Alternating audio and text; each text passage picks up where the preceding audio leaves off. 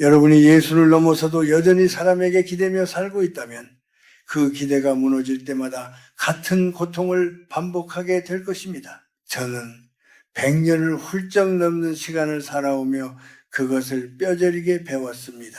젊은 날에는 몰랐습니다.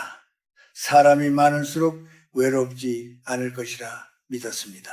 연구실 문을 열면 제자들이 있었고 강단에 서면 박수가 있었고 밤이 되면 함께 술잔을 기울일 벗들이 있었습니다. 그때 저는 제 인생이 단단하다고 생각했습니다. 그러나 세월은 조용히 제 곁을 정리해 나갔습니다. 어느 날부터인가 전화벨이 덜 울리기 시작했습니다. 약속이 하나둘 줄어들었습니다. 명절이 되어도 모두가 바쁘다며 다음을 기약했습니다. 거실에 홀로 앉아 불을 끄고 누웠을 때 천장을 바라보며 이런 생각이 스쳤습니다. 내가 잘못 살아온 것은 아닐까? 왜 이렇게 곁이 허전할까? 여러분도 그런 밤을 보내본 적이 있지 않습니까? 하루 종일 아무 일 없이 지냈는데도 마음 한구석이 텅 빈 것처럼 느껴지는 밤 말입니다. 저 역시 그 길을 걸어왔습니다. 젊은 시절 제 주변은 늘 사람들로 북적였습니다. 우리는 서로를 믿었고 오래 갈 것이라 생각했습니다. 그러나 이해가 엇갈리는 순간 사람은 놀라울 만큼 달라졌습니다. 어떤 이는 성공 앞에서 시기했고 어떤 이는 자신의 안위를 택했습니다. 저는 그때마다 깊이 상처받았습니다. 내가 사람을 잘못 본 것인가? 내가 부족했던 것인가? 수없이 자문했습니다. 밤새 술을 마시며 배신을 곱씹던 날도 있었습니다. 하지만 긴 시간을 지나오며 저는 한 가지를 깨달았습니다. 사람의 떠남이 곧 나의 실패를 의미하지는 않는다는 사실입니다.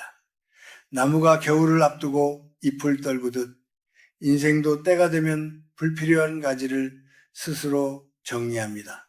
우리는 어릴 때부터 진심은 통한다고 배웠습니다.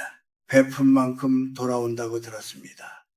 오래된 인연은 배신하지 않는다고 믿었습니다. 그러나 현실은 교과서처럼 단순하지 않습니다. 사람은 생각보다 복잡하면서도 동시에 단순합니다. 누구나 자신의 삶을 먼저 지키려 합니다. 상황이 바뀌면 태도도 달라집니다. 그 사실을 인정하기까지 저는 많은 시간을 돌아야 했습니다. 우리는 상대의 본성을 몰라서 상처받는 것이 아니라 그 위에 기대를 얹어 놓았기 때문에 아픕니다. 나는 이만큼 했으니 저 사람도 나를 위해 해주겠지. 그 기대가 무너질 때 가슴이 찢어지는 듯한 고통이 찾아옵니다. 그러나 기대를 내려놓으면 이상하게도 분노도 함께 줄어듭니다. 도움을 주면 고맙고 주지 않아도 서운하지 않습니다. 사람은 원래 그런 존재라고 이해하는 순간 마음이 한결 가벼워집니다. 여러분, 지금 곁에 사람이 줄어들었다고 자책하지 마십시오. 오히려 그것은 인생이 정제되고 있다는 신호일지 모릅니다. 젊은 날에는 관계의 수가 중요했습니다. 그러나 나이가 들수록 관계는 양이 아니라 밀도로 남습니다. 수십 명의 지인보다 단 한 사람의 진실한 동행이 더 깊습니다. 그리고 때로는 그 한 사람조차 보이지 않는 시기가 찾아옵니다. 그 공백을 두려워하지 마십시오. 그 자리는 다른 누군가가 아니라 오랫동안 미뤄두었던 자기 자신이 들어설 자리입니다. 예순을 넘기고 나서야 저는 비로소 저 자신과 마주하기 시작했습니다. 사람들 속에 있을 때는 끊임없이 조정하며 살았습니다. 상대의 기분을 살피고 분위기를 맞추고 때로는 본심을 감추었습니다. 그러나 혼자 남은 시간에는 그럴 필요가 없습니다. 그 고요 속에서 비로소 내 마음의 소리가 들립니다. 외로움은 누군가가 채워주지 않을 때 느끼는 결핍이지만 고독은 내가 나를 채우는 시간입니다. 이 둘을 구분하지 못하면 우리는 평생 사람을 찾아 헤매게 됩니다. 저는 오래 살았습니다. 그 긴 세월이 제게 가르쳐 준 것은 단순합니다. 사람은 떠나기도 하고 돌아오기도 합니다. 그러나 결국 마지막까지 남는 것은 타인이 아니라 그 모든 경험을 지나온 나 자신입니다. 그러니 오늘 밤 혼자라는 생각이 들더라도 너무 낙심하지 마십시오. 어쩌면 인생이 여러분을 더 깊은 자리로 이끌고 있는 것인지도 모릅니다. 여러분은 실패한 것이 아닙니다. 다만 한 계절을 지나고 있을 뿐입니다. 사람에게서 받은 상처를 오래 붙들고 있으면 마음이 점점 굳어집니다. 저는 한때 배신이라는 말을 입에 달고 살았습니다. 30년을 형제처럼 지냈던 벗이 있었습니다. 젊은 시절 가난했던 날에도 서로의 집을 드나들며 밥을 나누어 먹었고 힘든 일이 생기면 누구보다 먼저 달려오던 사람이었습니다. 저는 그가 끝까지 제 곁에 있을 것이라 믿었습니다. 그러나 돈이 얽히고 이해가 갈라지는 순간 그는 자신의 안정을 택했습니다. 그 선택이 틀렸다고 단정할 수는 없었습니다. 다만 저는 그 선택을 받아들일 준비가 되어 있지 않았습니다. 그때 저는 분노했습니다. 술잔을 기울이며 왜 그가 변했는지, 어디서부터 잘못되었는지 따졌습니다. 오래된 정이 이렇게 쉽게 무너질 수 있는가 자문했습니다. 하지만 세월이 흐르고 나서야 깨달았습니다. 그가 갑자기 다른 사람이 된 것이 아니었습니다. 상황이 그의 본 모습을 드러냈을 뿐이었습니다. 젊은 날에 저는 사람을 믿는다는 이름으로 기대를 쌓아 올렸습니다. 나는 이렇게 했으니 저 사람도 이렇게 할 것이다. 나는 저만큼 희생했으니 저 사람도 나를 위해 희생할 것이다. 그 계산이 어긋났을 때 저는 배신이라 불렀습니다. 사람은 누구나 자기 삶을 먼저 지키려 합니다. 그것이 이기적이라기보다 생존의 본능에 가깝습니다. 가정이 있고 지켜야 할 것이 있고 두려움이 있기 때문입니다. 저는 오랫동안 수많은 제자와 동료를 지켜보았습니다. 정의를 말하던 사람도 막상 자신의 자리가 흔들리면 조용해졌습니다. 의리를 외치던 이도 손해가 예상되면 한 발 물러섰습니다. 그 모습을 보며 한동안 실망했습니다. 그러나 지금은 다르게 말합니다. 그것이 특별히 악해서가 아니라 인간이 가진 한계라는 것을 알게 되었기 때문입니다. 우리는 어릴 때부터 좋은 사람이 되라고 배웁니다. 남을 돕고 배려하고 참고 양보하라고 배웁니다. 물론 그 가르침은 소중합니다. 그러나 그 위에 기대가 쌓이면 문제가 생깁니다. 베푼 만큼 돌아와야 마음이 편하고 진심을 보였으니 상대도 진심이어야 한다고 믿습니다. 그 믿음이 깨질 때 상처가 깊어집니다. 저는 오랜 시간 그 상처를 붙들고 살았습니다. 왜 나만 더 아파야 하는지 억울했습니다. 하지만 어느 날 문득 이런 생각이 들었습니다. 내가 바라는 만큼 상대도 나를 바라보고 있었을까? 어쩌면 그 또한 자신의 사정 속에서 허우적거리고 있었을지도 모릅니다. 우리는 각자의 짐을 지고 살아갑니다. 겉으로는 웃고 있어도 마음속에는 말 못할 두려움과 계산이 있습니다. 그것을 이해하는 순간 분노가 조금씩 옅어졌습니다. 이해한다고 해서 상처가 사라지는 것은 아니지만 마음이 단단해지기 시작합니다. 여러분, 상처를 준 사람을 미워하는 마음이 오래가면 결국 자신을 해칩니다. 용서는 상대를 위한 것이 아니라 나를 위한 선택입니다. 그렇다고 해서 아무 일 없던 것처럼 다시 모든 문을 열어두라는 뜻은 아닙니다. 저는 이제 용서는 하되 경계는 풀지 말라고 말합니다. 마음으로는 미워하지 않되 인생의 중심에는 다시 들이지 않는 지혜가 필요합니다. 사람은 쉽게 바뀌지 않습니다. 환경이 잠시 달라 보이게 만들 수는 있어도 시간이 지나면 익숙한 모습으로 돌아옵니다. 저는 어느 날부터 정중한 거리를 두기 시작했습니다. 웃으며 인사하지만 제 속마음의 가장 깊은 방은 함부로 열지 않았습니다. 도움을 요청받으면 할 수 있는 만큼만 했습니다. 설명을 길게 늘어놓지 않았습니다. 그랬더니 관계가 오히려 편안해졌습니다. 기대가 줄어드니 실망도 줄어들었습니다. 상대를 통제하려는 마음이 사라지니 나 또한 통제당하지 않았습니다. 나이가 들수록 우리는 관계를 많이 만들 필요가 없습니다. 중요한 것은 내가 나를 지킬 수 있는가 하는 문제입니다. 상처를 통해 배운 사람은 같은 자리에서 다시 넘어지지 않습니다. 저는 이제 사람을 볼 때 화려한 말보다 어려운 상황에서의 태도를 봅니다. 그 사람의 본성은 편안할 때보다 불리할 때 더 또렷하게 드러납니다. 그러니 누군가의 변화에 지나치게 놀라지 마십시오. 세상은 원래 그렇게 움직입니다. 기대를 조금만 내려놓으면 마음이 한결 가벼워집니다. 우리는 완벽한 사람을 만날 수 없습니다. 대신 나 스스로가 균형을 잡는 법을 배워야 합니다. 그것이 오랜 세월을 지나 제가 얻은 작은 결론입니다. 나이가 들면 몸보다 먼저 역할이 늙습니다. 어느 날 갑자기 세상이 나를 덜 찾는다는 느낌을 받게 됩니다.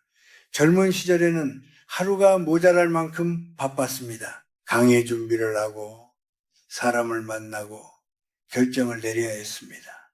누군가는 제 판단을 기다렸고 누군가는 제 말을 기록했습니다. 그러나 세월이 흐르고 자리를 내려놓는 순간 놀라울 만큼 조용해집니다. 전화는 줄어들고 찾아오는 발걸음도 뜸해집니다. 그때 많은 이들이 이렇게 묻습니다. 나는 이제 쓸모없는 사람이 된 것인가? 저 역시 그 질문 앞에 오래 서 있었습니다. 연구실을 정리하던 날 책장을 비우며 손이 한참 멈춰 있었습니다. 수십 년을 오가던 제자들의 웃음소리가 사라진 공간은 생각보다 넓고 차가웠습니다. 집으로 돌아와도 이전처럼 피곤하지 않았습니다. 할 일이 줄어들었기 때문입니다.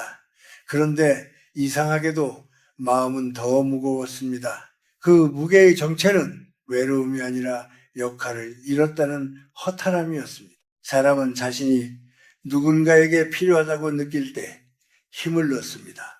가장으로, 부모로, 직장인으로, 지도자로 불리며 살아왔습니다. 그러나 그 이름들이 하나씩 떨어져 나가면 마치 껍질이 벗겨진 듯한 기분이 듭니다. 그때 우리는 비로소 묻게 됩니다. 나는 무엇으로 남는가? 이름표를 떼고 나면 내 안에 무엇이 있는가? 젊은 날에 저는 좋은 사람이라는 말을 듣는 것이 기뻤습니다. 부탁을 거절하지 않았고 어려운 일이 생기면 먼저 나섰습니다. 처음에는 모두가 고마워했습니다. 두 손을 잡고 잊지 않겠다고 말했습니다. 그러나 시간이 지나자 그 고마움은 익숙함으로 바뀌었습니다. 두 번째 도움은 당연한 일이 되었고 세 번째부터는 제가 응하지 않으면 서운하다는 표정이 돌아왔습니다. 어느 날 사정상 거절하자 이런 말을 들었습니다. 예전에는 안 그러셨지 않습니까? 그 순간 저는 깨달았습니다. 내가 쌓아온 것이 존중이 아니라 기대였다는 사실을 말입니다. 지나치게 친절한 사람은 존경받기보다 소모됩니다. 늘 맞춰주는 사람은 신뢰받기보다 이용됩니다. 사람은 잔인해서가 아니라 익숙해지기 때문에 그렇게 행동합니다. 반복된 호의는 권리로 변합니다. 가족에서도 마찬가지입니다. 부모이니까 참아야지, 자식이니까 이해하겠지, 가족이니까 괜찮겠지 하는 말이 쉽게 오갑니다. 그러나 가장 깊은 상처는 가장 가까운 관계에서 생깁니다. 경계가 없기 때문입니다. 저는 나이가 들며 한 가지를 연습했습니다. 정중한 거리두기입니다. 이것은 냉정하게 등을 돌리는 태도가 아닙니다. 예의를 지키되 내 마음의 중심까지 내어주지 않는 태도입니다. 웃으며 인사하고 도울 수 있는 만큼 돕되 나를 소진시키지 않는 선을 지키는 것입니다. 그 선을 지키기 시작하자 이상하게도 관계가 더 오래 갔습니다. 예전처럼 모든 것을 나누지 않아도 괜찮았습니다. 오히려 서로 부담이 줄어들었습니다. 많은 분들이 은퇴 이후 더 많은 모임에 나가야 외롭지 않을 것이라 생각합니다. 그러나 억지로 붙잡은 관계는 오래가지 않습니다. 자신을 지키지 못한 채 사람들 속에 서 있으면 겉은 웃고 있어도 속은 점점 마릅니다. 나이가 들수록 필요한 것은 많은 사람의 인정이 아니라 함부로 대할 수 없는 단단함입니다. 부드럽되 분명한 태도를 가진 사람들은 쉽게 넘지 못합니다. 여러분이 지금 덜 필요해진 것처럼 느껴진다면 그것은 어쩌면 새로운 자리를 준비하라는 신호일지도 모릅니다. 역할이 줄어든 자리에 비로소 자신이 들어설 수 있습니다. 우리는 평생 누군가를 위해 살다가 정작 자신을 돌보는 법을 배우지 못합니다. 이제는 묻고 싶습니다. 나는 무엇을 좋아하는가? 나는 어떤 시간을 보낼 때 편안한가? 그 질문을 미루지 마십시오. 나이가 든다는 것은 쓸모가 사라지는 것이 아닙니다. 방향이 바뀌는 것입니다.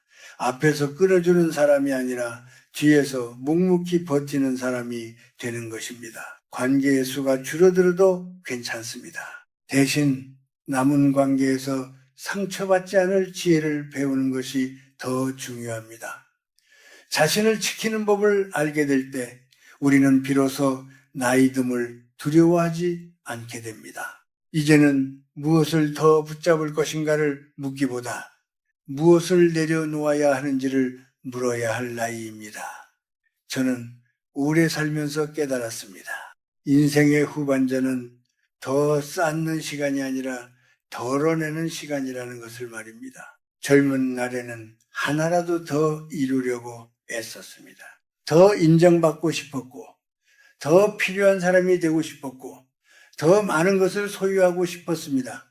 그러나 나이가 들수록 알게 됩니다. 많이 가질수록 마음은 더 복잡해지고 기대가 클수록 실망도 커진다는 사실을 말입니다. 예수를 넘어서도 여전히 모든 사람에게 이해받으려 한다면 그 노력은 결국 자신을 지치게 합니다. 저는 이제 설명을 길게 하지 않습니다. 나를 오해하는 사람이 있다면 예전처럼 붙잡고 해명하려 하지 않습니다. 모든 사람이 나를 좋아할 수는 없습니다.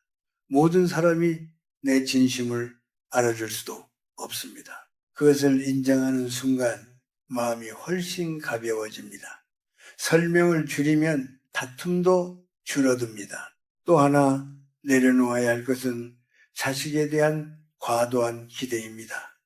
자식은 우리의 분신이 아니라 각자의 삶을 살아가는 한 사람입니다. 우리는 자식이 잘 되면 내 인생이 보상받는 것처럼 여기고 자식이 흔들리면 내가 실패한 것처럼 여깁니다. 그러나 그것은 짐을 대신 지려는 마음에서 비롯된 집착일지도 모릅니다. 저는 이제 자식에게 말합니다. 네 인생은 네가 책임져라. 대신 나는 나의 하루를 책임지겠다. 서로 기대돼 서로에게 매달리지 않는 관계가 오래갑니다. 상처를 받았을 때의 태도도 달라져야 합니다. 누군가 무리한 말을 던질 때 예전에 저는 그 말에 밤새 시달렸습니다. 왜 그런 말을 했는지, 내가 무엇을 잘못했는지 곱씹었습니다. 그러나 이제는 생각을 멈춥니다. 그 말은 그 사람의 수준에서 나온 것일 뿐 나의 가치를 정하는 기준이 아닙니다. 모든 돌에 반응하다 보면 길을 걸을 수 없습니다. 때로는 모른 척 지나가는 것이 가장 현명한 선택입니다. 침묵은 패배가 아니라 선택입니다. 나의 기운을 지키는 방법입니다. 그리고 무엇보다도 비교를 끊어야 합니다.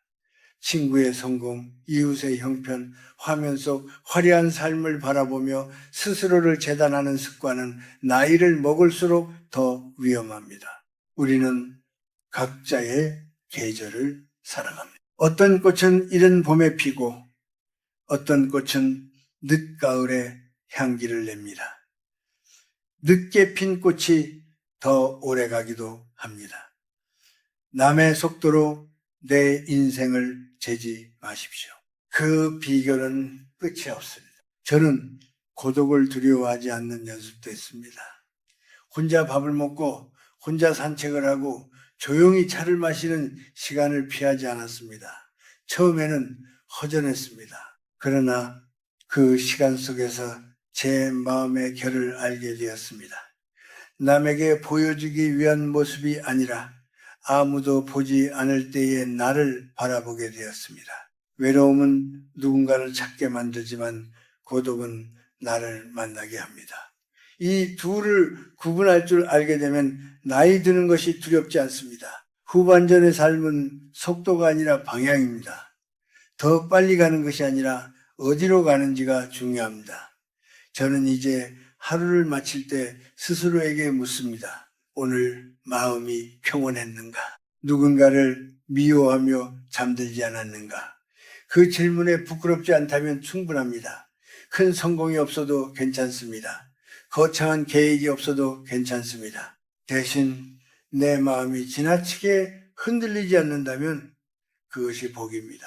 여러분도 이제 자신만의 작은 정원을 가꾸십시오. 그것이 진짜 흙을 만지는 일일 수도 있고 책을 읽는 시간일 수도 있고 오래 미루던 취미일 수도 있습니다. 중요한 것은 남에게 보여주기 위함이 아니라 나를 숨쉬게 하는 시간이어야 한다는 점입니다. 인생의 후반전은 상실의 계절이 아니라 정화의 계절입니다. 욕심이 줄어들고 인정받고자 하는 갈증이 옅어지고 대신 고요가 자리를 잡습니다. 그 고요를 밀어내지 마십시오. 그 속에서 우리는 가장 단단해집니다. 저는 올해로 100회를 훌쩍 넘긴 겨울을 지나고 있습니다. 거울 속 제 얼굴에는 깊은 주름이 자리 잡았고 걸음은 예전처럼 빠르지 않습니다. 그러나 이상하게도 마음은 젊은 날보다 더 고요합니다. 젊었을 때는 인생이 끝없이 이어질 것처럼 느껴졌습니다. 해야 할 일도 많았고 이루고 싶은 것도 많았습니다. 남들보다 뒤처지지 않으려 애썼고 가족과 제자와 사회를 위해 달렸습니다. 그때는 그것이 옳은 삶이라 믿었습니다. 그러나 시간이 흐르자 알게 되었습니다. 인생은 전반전과 후반전이 다르다는 것을 말입니다. 전반전이 힘과 속도로 달리는 시간이라면 후반전은 방향을 묻는 시간입니다. 얼마나 멀리 왔는가 보다 어디에 서 있는가가 더 중요해집니다. 저는 오랫동안 교수로, 아버지로, 선배로 불렸습니다. 그 이름들은 저를 자랑스럽게도 했지만 동시에 묶어두기도 했습니다. 그 역할이 하나씩 사라질 때 저는 잠시 흔들렸습니다. 이제 나는 누구인가 하고 말입니다. 그러나 오래 생각해보니 답은 단순했습니다. 역할이 벗겨져도 남는 한 사람이 바로 저 자신이라는 사실이었습니다.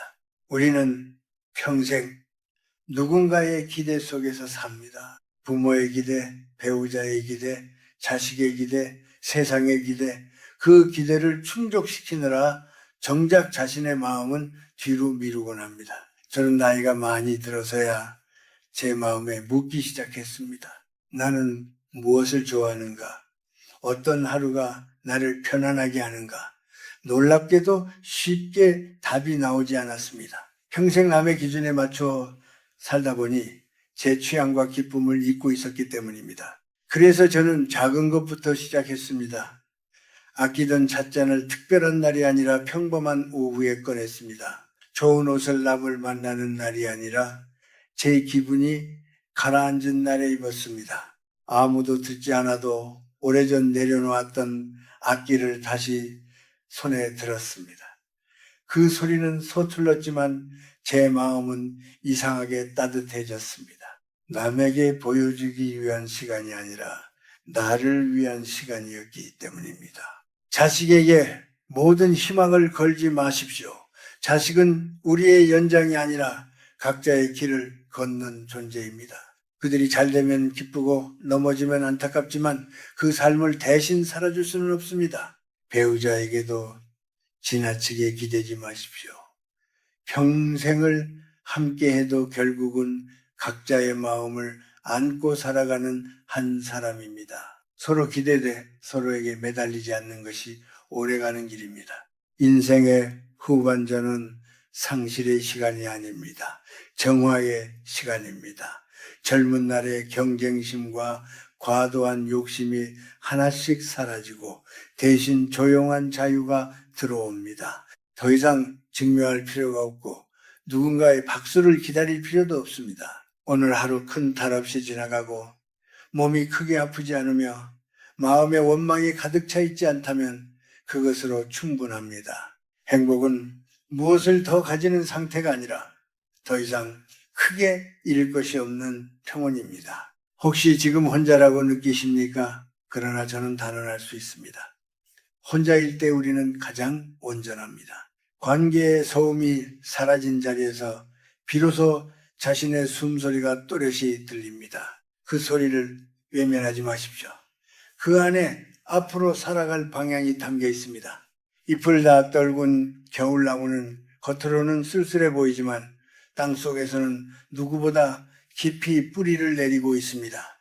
우리 또한 그렇습니다. 겉의 화려함이 사라질수록 내면은 더 깊어질 수 있습니다. 여러분은 이미 충분히 걸어왔습니다. 수많은 선택과 후회, 기쁨과 눈물을 지나 여기까지 왔습니다. 그러니 더 이상 자신을 몰아붙이지 마십시오. 남의 속도에 맞추어 서두르지 마십시오. 남은 시간은 경쟁이 아니라 완성의 시간입니다. 고요 속에서 자신을 돌보고 작은 기쁨을 아끼며 마음의 빚을 하나씩 내려놓으십시오. 그때 비로소 우리는 단단하게 서 있을 수 있습니다. 흔들리는 세상 속에서도 중심을 잃지 않는 사람, 그것이 인생 후반전의 품격입니다.